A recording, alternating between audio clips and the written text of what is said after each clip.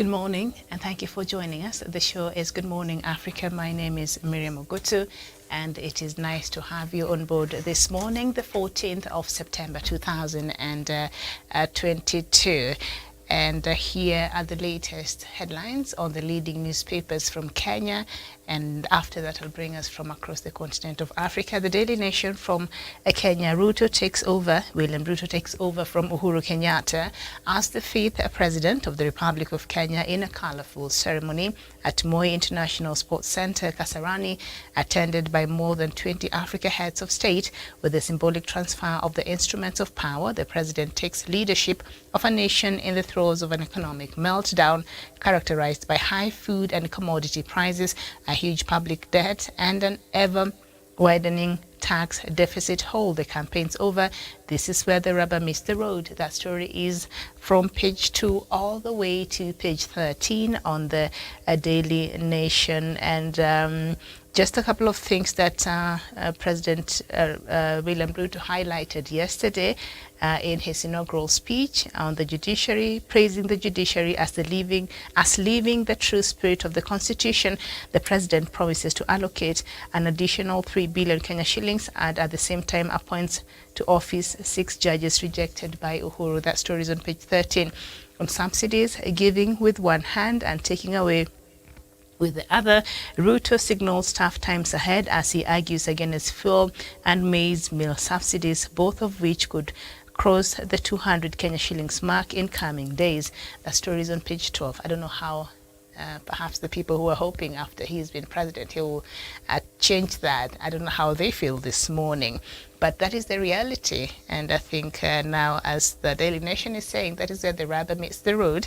On education, the new president promised to review the controversial competency-based curriculum introduced by Uhuru. Says a new task force should file recommendations by early next year. So if it's early next year, that means the CBC continues. That story is on page 12. On agriculture, in promises straight from his previous assignment as agriculture minister, Ruto pledges to bring down the cost of farm inputs with specific quick wins in the reduction of fertilizer products. That story is on page 4, and according to what he said yesterday, the prices should go down come next week.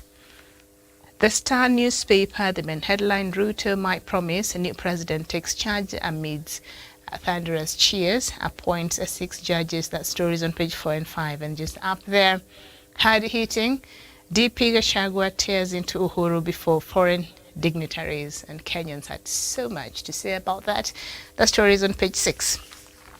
The Standard newspaper, the main headline, President's thunder. The ink had barely dried on his oath when Kenya's 5th President William Ruto made a raft of pronouncements upsetting the existing administration. DP Rigathi Gachagua narrated their frustrations before international guests, promising new freedoms for all. But beyond the rhetoric, the hard work begins. Okay. And so some of the president's first actions, I think I've gone through a couple of them, and I see the Standard newspaper has highlighted them there. And the inaugural edition special coverage on the Standard newspaper starts on page 2 and goes all the way to page 16 and then 18 and 23. So you can grab yourselves copies of the, the newspapers in Kenya and get to read more on what President William Ruto said yesterday in his inaugural speech. Let's turn our attention now to some regional newspapers and a New Vision, the front page. Tasks ahead for President Ruto. Inauguration as the 5th Kenyan president. That story is on page 6 and 7. And then Queen's coffin made 32 years ago. Oh, really? Okay. That story is on page 9. And the Daily Monitor, thousands of teachers go months without pay.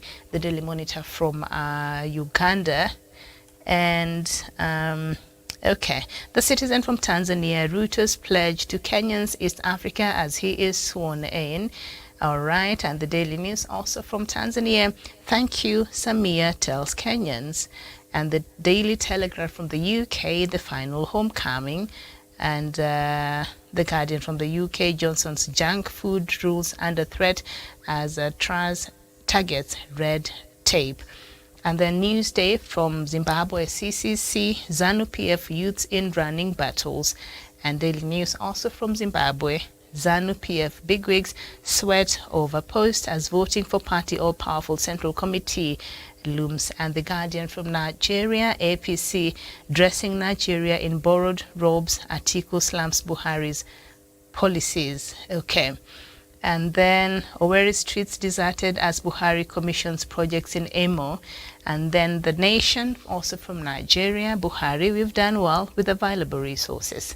And that is what we have on some of the papers from across Africa, and of course a few from the UK there. So now let's just get into the details of some of those stories as I bring you the latest news from within across the continent of Africa. We start with Nigeria, and just the headline that I just read there in one of the papers from Nigeria. Nigerian President Muhammadu Buhari on Tuesday said his regime has done extremely well considering the limited resources available for it. The president spoke during a stakeholders meeting at the Imo State Government House in Owerri, the state capital, after inaugurating the Owerri-Orlu Road, phase 1 of the Owerri-Okigwe Road and the State House of Assembly complex rebuilt by the administration of the state governor Hope Ozodimma. He said his regime was able to achieve much despite the scarce resources at his disposal. He extolled his regime for dislodging Boko Haram terrorists in the northeast and tackling infrastructural decay, which he said he inherited from the People's Democratic Party's administration in 2015. And then we head over to Sudan, and Sudan has postponed opening schools due to the floods affecting many parts of the country. The school academic year, which was due to begin this month across the country, has now been pushed to the 2nd of October. Local media quoted the Education Minister Mahmoud Sar Al-Khatim Al-Huri as saying, at least 623 schools have been affected by the floods, and the delay in the school calendar is to allow their reconstruction and rehabilitation. Heavy rains and flash floods have killed over 100 people and destroyed thousands of homes in more than a dozen states in Sudan in the recent weeks. We head back to Nigeria, and Nigeria's Electoral Commission says it has delisted more than 1 million newly registered voters after a verification process and cleaning up its voters register. Those affected had registered between June last year and January this year in order to acquire permanent voters' cards. The Independent National Electoral Commission, INEC, says during the period, 2,523,458 people registered, but records of 1,126,356 registrants were discovered to be invalid and subsequently delisted. This means nearly half of the registrations were invalid, according to the Commission. Double, multiple, and ineligible registrants were detected. It explained that it was using an automated biometric identification system in verifying the voter register. And then we go back to Sudan again, and thousands of Sudanese protesters carrying placards denouncing military rulers took to the streets in the capital Khartoum on Tuesday. News agency AFP reports they were calling for a return to civilian rule and the resignation of the General Abdel Fattah al-Burhan and other security officials who ran the country. They chanted, "Go back to the barracks and leave." Some of them carried posters of 116 people that pro-democracy medical staff say have been killed in a crackdown on the anti-coup protest. The army ousted civilian ruler last year in October, pending a delicate transition agreement after the 2019 removal of long-time leader Omar al-Bashir. The country has been facing economic hardship triggered by cuts to international aid. The UN warned in June that a third of Sudan's 43 million population faced acute food insecurity, and the situation could get worse. We go to Zambia, and the chief state prosecutor says her life is in danger after the government withdrew all her security.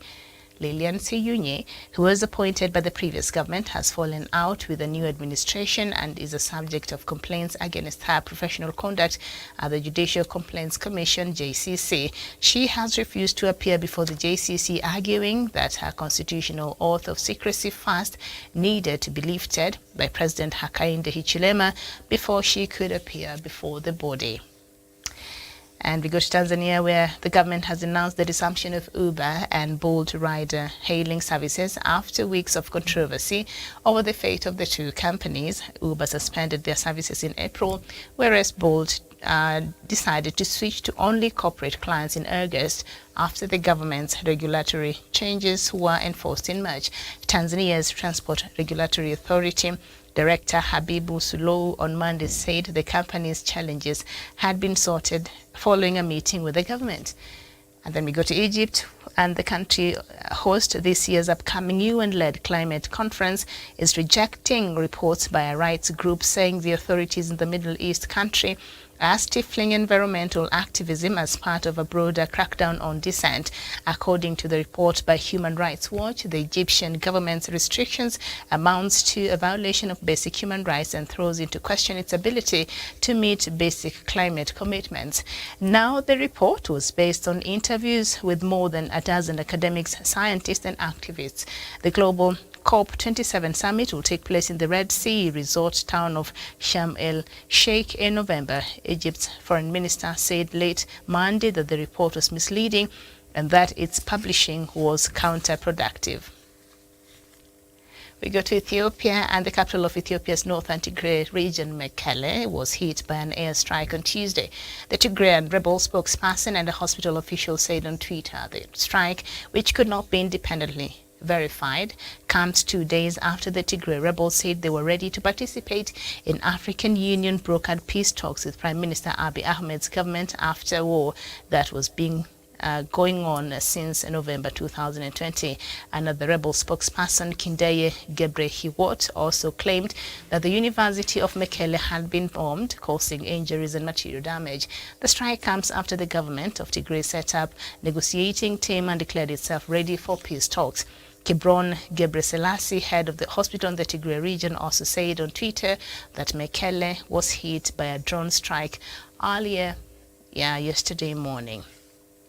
We go to South Sudan, and first Vice President Dr. Riek Machar warned on Tuesday that South Sudan may quit Organization of the Petroleum Exporting Countries, OPEC, if its planned increase of production is blocked. Machar said the country plans to increase its crude production to 2 million barrels per day, but OPEC, a network of oil-producing and exporting states, would need to give a green light. South Sudan increased its oil production from 158,000 barrels per day in 2015 to 170,000 barrels per day in 2020. However, the outbreak of COVID-19 had negatively impacted the market as the lockdown imposed by governments influenced the market. In July 2020, the Ministry of Petroleum said the country's oil production has dropped by 2,000 barrels per day to 20,000 barrels per day to 170,000 barrels per day because of the impact of surging coronavirus cases, which led to disruptions in operating at oil fields. The hindrances to boosting oil productivity are also linked with the instability caused by the civil war and high volatility of oil prices. Meanwhile, another factor in the production limit imposed on oil-producing countries by the OPEC cartel. That is the countries that control the oil production. That's interesting. Okay, and then we head on to the DRC. Uganda has made its first war reparations payment to the Democratic Republic of Congo for losses its troops caused during wars and occupations in the 1990s. Uganda paid Kinshasa $65 million, the first of 5 annual payments ordered in February by the International Court of Justice. Uganda payment came as a surprise after 5 years of proceedings and talks with the DRC. Uganda's payment to the Democratic Republic of Congo follows a ruling by the International Court of Justice earlier this year. The court ordered Uganda to pay $325 million to the DRC as a reparations for an invasion that lasted from 1998 to 2003. Under the order, Uganda is to pay $65 million in September of each year from 2022 through to 2026. Uganda Ministry of Finance spokesperson Apollo Mukinda told some media outlets that the first payment is a gesture by Uganda that it is willing to pay the amount set by the court. The ruling by ICJ Judge Joan Donoghue came 7 years after Uganda failed to pay or negotiate a request from the DRC to pay $11 billion as compensation for the war. The $325 million payment includes $225 million for damage to persons, $40 million for damage to property, $60 million for damage related to natural resources. And that marks the end of our bulletin this morning. Now, this amount of money, I really didn't think, not Nigeria, I really didn't think that Uganda would really honor this ruling by the International Court of Justice that was made earlier this year. And I think if you can recall, we had this conversation right here, and it was quite a heated debate we were having. But Uganda has surprised many, even I think it has surprised the Democratic Republic of Congo, and it has went ahead and made its first payment of 65 million. So these payments are meant to be made each year, starting from 2022 all the way to 2026, and each September. The government, every September, the government of Uganda is supposed to be paying the DRC 65 million Kenya shillings. Remember, the DRC had requested for more money as part of the reparations, and it had settled. It wanted $11 billion but the court gave it $325 million, which is not a small amount of money, but also it's way lower than the amount the Democratic Republic of Congo initially had requested to be the settlement there in the International Court of Justice. Now, the huge chunk of this $325 million will go to a payment of damage to persons, and that amounts to $225 million. Now, what I'm just wondering, if at all, the people in the DRC that got affected with this war will benefit, because that is the huge chunk of these reparations.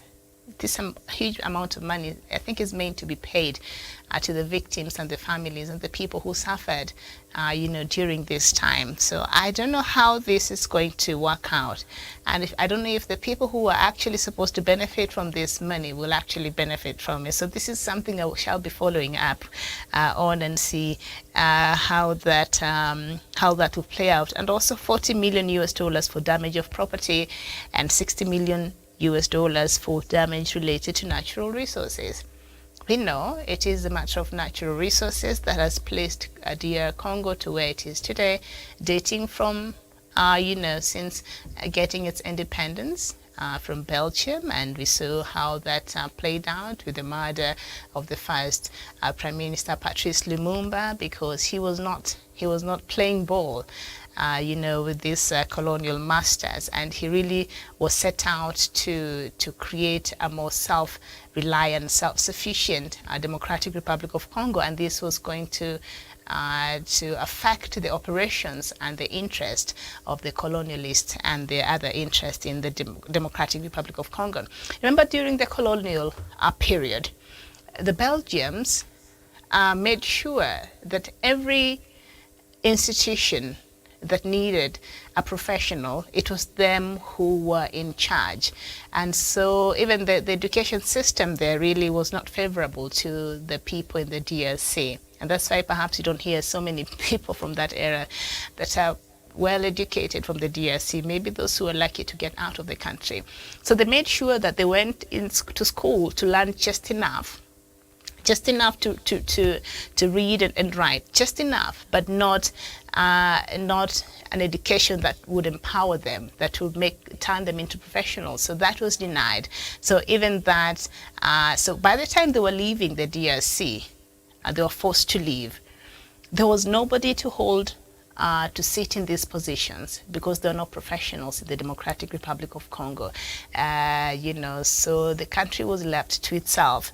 And of course, under their gate person, Mobutu Sese Seko, you remember? It's a long story down there.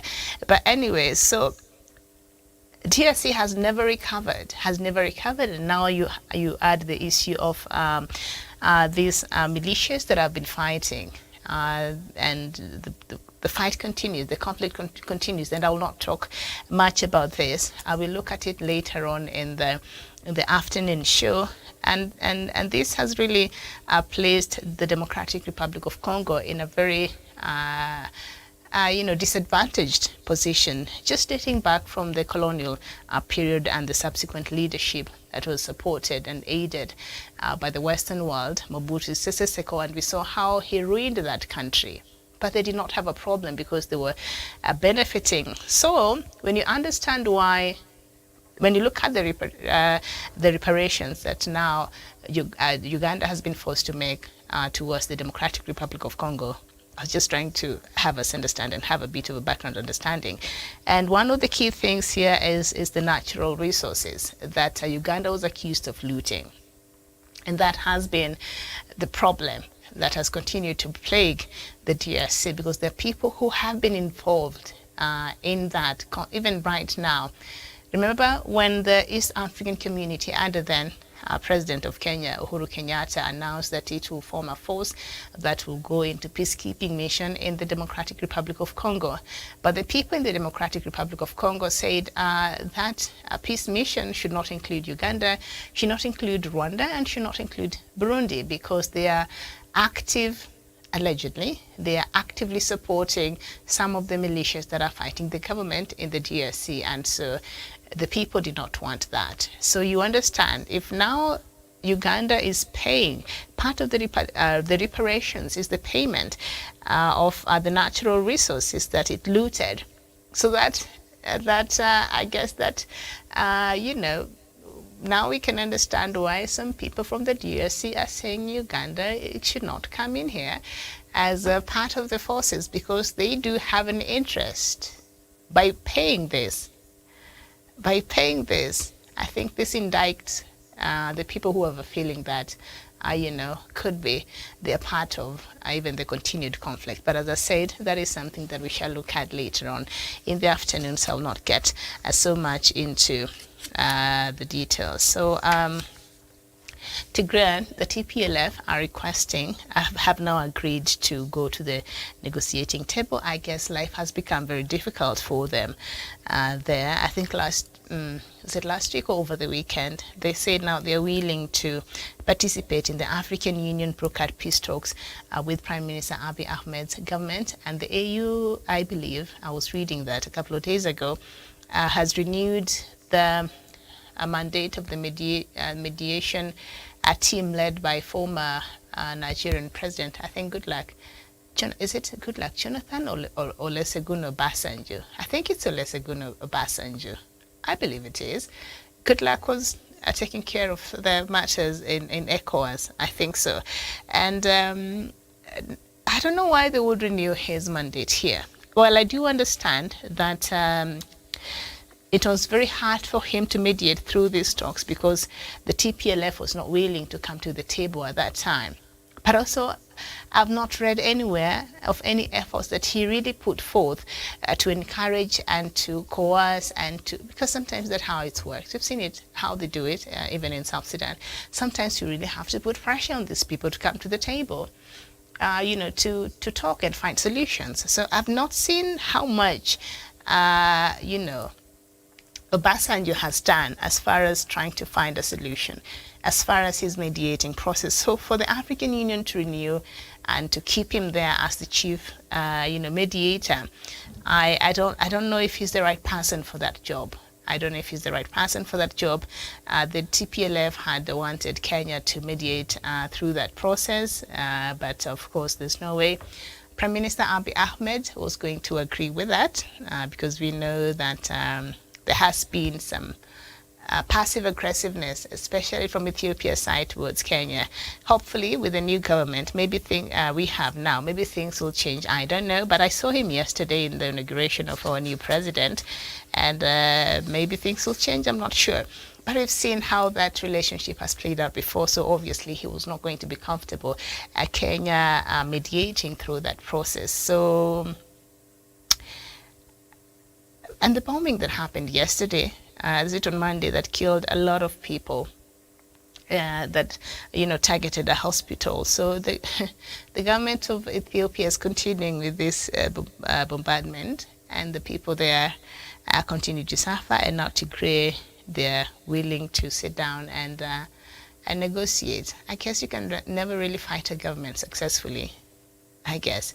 But I think if they can come together and have these talks and stop this unnecessary destruction of property and loss of lives, I think it will be good for the greater good of the people in Ethiopia and also for the region, because another volatile country in that part of Africa will not be very good for the rest of us, because we know that Ethiopia is a very important partner, not just for us here, but I think for the rest of Africa. That area is quite volatile, so we need some level of stableness there. So if they can agree to come together and talk, that would be nice. That would be nice. All right. So there's some news we started with. Now hold on, before I get to the issue of Nigeria. Egypt is meant to be hosting the COP27 summit that will take place in the Red Sea resort town of Sharm el-Sheikh in November of this year. Last year, I think they were in the UK, but there are some activists who are now saying that Egypt cannot host this year's UN-led climate conference.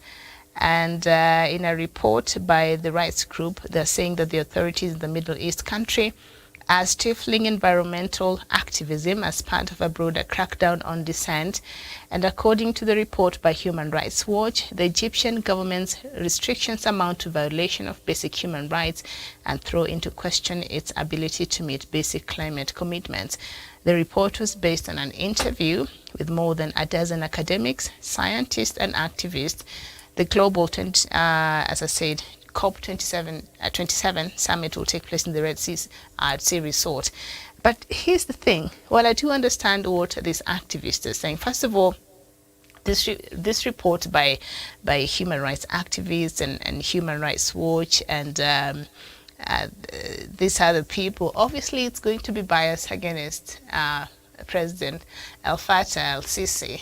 I don't know if there's a point where we should separate politics for matters environmental, things like that, because these are environmental issues, and these activists are saying that the fact that President Fattah el-Sisi does not respect human rights and his score on that is quite poor, and there's no way he will be in a position to meet the basic climate commitments. So they're saying because your records is very bad, matters governance. Because your record is very bad, matters human rights. Because your record is very bad, matters democracy. So there's no way we expect that you will meet the basic climate commitments. I don't know where politics should stop. I don't know at what point should politics stop and separate politics, but all of these are done in a context of politics. I guess it's difficult to separate. And then when you look at the interviews that were done to this, where now this report was based, obviously they are not going to support President Sisi. And some of these issues they're raising are legitimate. We've seen how el-Sisi has postured himself in Egypt. And I think they even went and mutilated the constitution, had a referendum that supported him staying in power until maybe 2038 or something, if I can remember. Added him so many years, okay? And so whatever they're saying in line with that, that is true. But what does that have to do with the environment? What does that have to do with that? Well, I do understand a lot of these things operate and usually constructs based on political undertones. But I think at some point we have to separate that. So, the Egypt's foreign minister said late on Monday that the report was misleading and its publishing was counterproductive. So they are saying no, the Egyptian government restrictions amounts to violation of basic human rights and throw into question its ability to meet the basic climate commitments. And so because he has a poor record and governance and poor record on human rights, so whatever COP27 will sit here and discuss, there's no way that Egypt will meet those commitments. But these commitments that are arrived upon during such summits, like we saw last year, we covered that in Glasgow. Was it in Glasgow? I think. It is not unilaterally for the hosting country to meet these commitments. This is a coming together of nations, and every partner, every country has a role to play and have their own commitment to meet. So this is where I think I disagree with these human rights activists. As much as the issues they're raising, I've said, those are legitimate. But we have to separate this, because it's not up to Egypt to implement some of these commitments. It is up to all the member states that will be attending, this summit. Everybody has a part to play and has some responsibility. When you go back to your country, you have to adjust some things. You have to work on green energy. You have to work on, every country has its own commitment and its responsibility. So, but then saying that, Egypt does not have the ability to meet the basic climate commitments, come on now. I don't know if it's unfounded or there's some truth to that, but that is how they feel. Okay. And the thousands of Sudanese protesters are carrying out placards yesterday denouncing military rulers took to the streets of the capital Khartoum on Tuesday. And of course, we know that being led by General Abdel Fattah el-Sisi and other security officials, they did overturn the civilian rule. Remember, the transitional government that had, was it 11 members, and 6 of them was from the civilian side, 5 of them were from the military side. That did not work out so well. So the Prime Minister is no longer there. They put him under house arrest. I think El Buran at some point said he took him to his house. The general took the Prime Minister to his house to offer him protection. He felt he needed protection. That time the Prime Minister was under house arrest. He kept him at his place. And so there's not been very clear. There's no clarity on what's really going on in Sudan as far as the leadership is concerned, but we do know that the army continues to be at the helm of leadership in Sudan. They have, from the reports that we've been getting from Sudan, frustrating the other side, the civilian side, as far as leading that country is concerned. I think the transitional period is coming to an end. It was a 3-year transition period, starting August 2019. Yes. So it's supposed to be ending. So they were supposed to be working on a couple of things. Remember, the constitution in Sudan was suspended. So they're supposed to be working on frameworks and how they will bring together or how they will make a new constitution that will be alive to the realities of the day. The older constitution was hugely based on Sharia law, and the civilian side, they wanted something liberal. They wanted something that was alive to the challenges. They wanted something that was alive to the different, ideals that represents Sudan as it is today. And so it was agreed that they should start a process to work on a new constitution. I doubt that has been put in place. And then after the 3-year transitional period, they're supposed to organize for an election where power would truly return to a civilian government. Now, of course, there has not been any preparations of such. Instead, the military has been accused of going hard on dissenting voices, of attacking protesters, and we've seen a number of them dying during this protest. And the people of Sudan are quite resilient. They remind me a lot of the people of Algeria. Of course, the current president has gotten away with quite a lot, but Algerians have been protesting. That they started protesting during that time. President what is his name? Bouteflika. Remember, he wanted to run again in 2019. He was in bad shape. He had suffered a stroke a couple of years ago. So he was not even in a position to lead the country properly, but he still wanted, and he had served for 20 years, but he still felt he needed to run again. And the people of Algeria said, you know what? No, go get yourself well.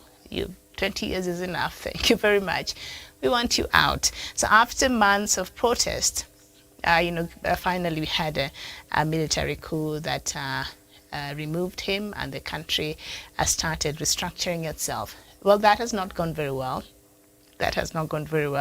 But they still go out there and they still protest, and from that, a lot of people went to jail, and especially those who served in that regime, in Bouteflika's regime, corrupt individuals who benefited, who were, unfairly, and who just were involved in a lot of shoddy deals during the 20-year regime of President Bouteflika. A lot of them right now are actually serving some very long periods of jail term there in Algeria. But Algerians have continued to protest. And this is very much so what I see, the spirit, the unrelenting spirit in Sudanese. I think they've tasted a bit of a liberty. They've tasted a bit of a democracy, and they're saying, you know what, I think this is a good thing, and we will continue fighting for it, because, when President Omar al-Bashir was in power, he led by the military, so there were not a lot of freedoms that the people of Sudan were enjoying. But in the short period where the civilian side was able to speak out, was able to articulate the issues that the people wanted them to articulate, the people felt they had representatives there who were speaking for them, and for the first time they felt as if their voices indeed mattered. And so just a taste of that. It didn't last for a long time. And now that the world is an open space, they see things around, they see how we do our elections here in Kenya, they see transitions across the world, and they're saying perhaps this is something that we need to try, and we want that kind of a democracy here in Sudan. So the problem is, the Sudanese military, as I said, President Omar al-Bashir, led by the military. So a lot of these guys in charge right now from the military side were part of that regime. It was just a few weeks ago, I was telling you that Chief Prosecutor of the ICC, Karim Khan, was indeed in Sudan to start investigating afresh the issues and the killings that happened in, what do you call it? I'm forgetting, but in Sudan. Okay, in Sudan. And now the problem with that is that Omar al-Bashir in Darfur, okay, a lot of people died under the watch of President Omar al-Bashir, that even necessitated the ICC to put a warrant of arrest over his head for human rights violations. And they have been wanting for Sudan to hand him over. I think there's a time they said, they are thinking about handing him over, and that was the civilian side. And I thought at that time, there's no way this military will hand over Sudan to ICC, because you know what, the military, Omar al-Bashir did not physically take a gun and went in a killing rampage. All right, not do that. Janjaweed has been blamed for that, and other government forces. Now they have rebranded, they call themselves Sudan's Rapid Force. And their leader of the Janjaweed is Hemedi, and he is the second in command. of the Sudan leadership. So if you think for a minute that he will carry Omar al-Bashir and take him to the ICC to stand trial, Omar al-Bashir at this point has nothing to lose, really. So what he needs is a stage, and he will speak. And if anything, I think he'll be much safer in the ICC compared to maybe what he's going through in Sudan. He's having some jail time in Sudan over corruption and other things. And so there's no way they will hand him over to the ICC for him to stand trial, because he will have to bring up the names of these generals who are still very much part of the government in Sudan. So for Karim Khan to come in Sudan, and I saw it, they welcomed him, and he opened an office, and I said, this is hogwash, because that will not end well for ICC. I think the generals will frustrate his efforts there. It will frustrate the investigations, because he has to do fresh investigations there. So I don't see that being successful. They will not allow that. So at this point, I don't see the transition happening. All right. I don't see an election happening very soon, because the military is in charge. And they know, should the country go to an election and have a legitimate president, a civilian, their names, they might be forwarded, and then maybe Sudan has, acquires a semblance of some democratic state. It's going to be a problem for the military side. So I've said here several times before that these efforts by Karim Khan, the chief prosecutor of the ICC, might not be very futile. Will be futile, will not bear any fruit in the long run. I think they will take him round and round and round, but he will not get enough information for Bashir to stand trial.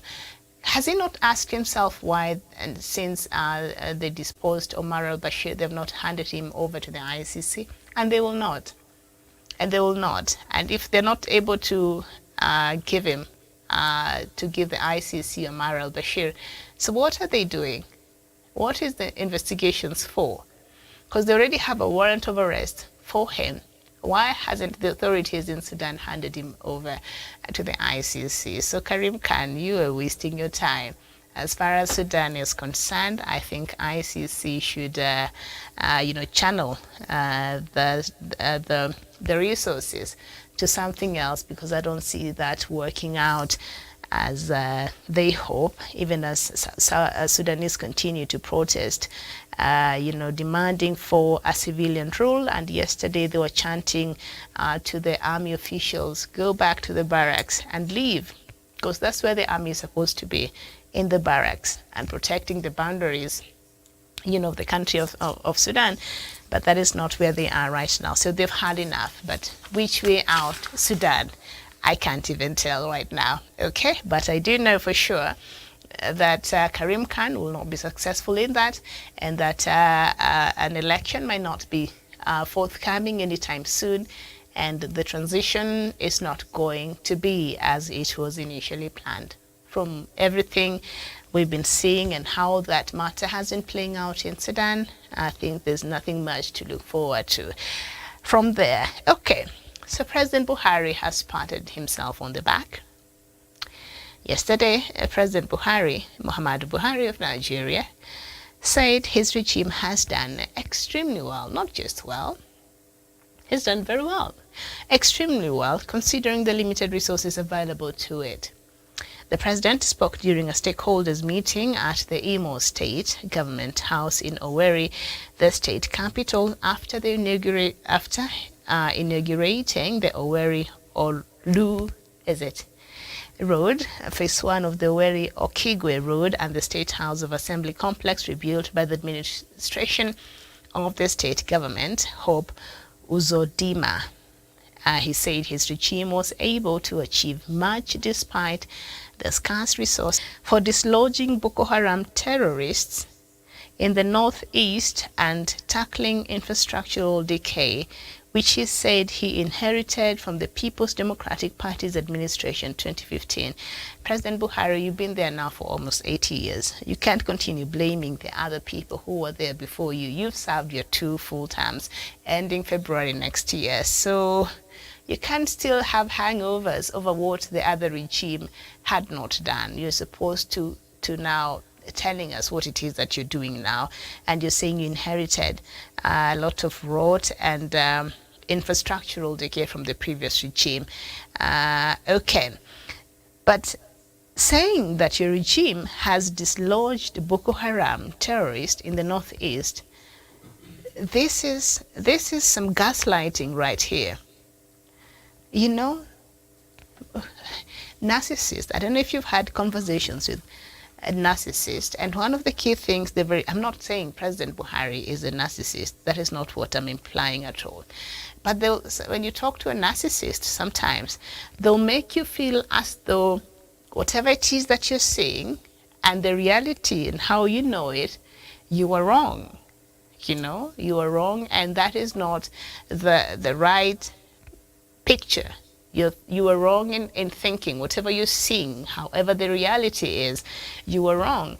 By President Buhari saying dislodging Boko Haram, his regime has been successful in dislodging Boko Haram terrorists in the northeast. That is tantamount to gaslighting.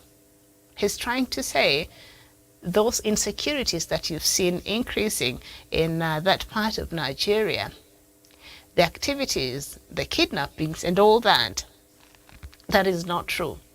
And when you wake up every morning, there's always some news about insecurity going on in Nigeria that is heavily sponsored by Boko Haram and ISWAP and these other terrorist organizations. So for President Buhari to actually, say that he has done not just well, but extremely well as far as fighting and defeating the terrorists is concerned, that is worrying.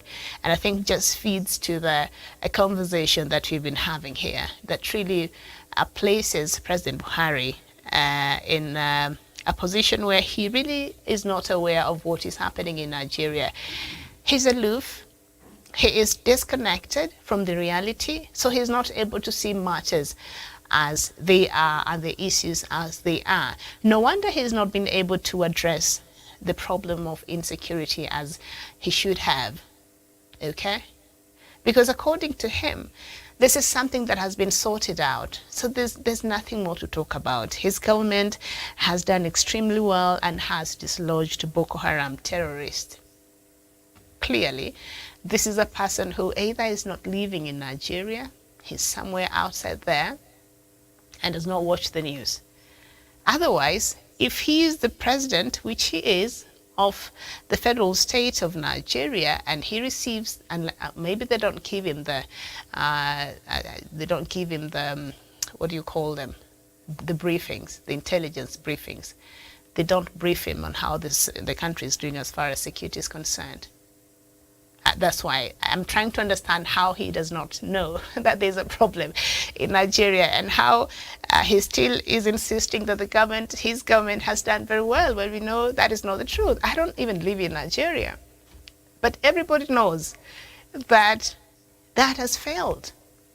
The issue of insecurity has not been tackled, and we talk about that here every day, but he still lives in a bubble, and he feels he has done very well. Well, if that is what President Buhari believes, I guess the jury is out, and the people of Nigeria will have to decide that for themselves. Okay, I think that is where we shall end this morning. Thank you so much for your time. I'll see you later on when we shall be looking at the latest from the Democratic Republic of Congo. My name is Miriam Ogutu. This has been Good Morning Africa. Enjoy the rest of your day. Good morning.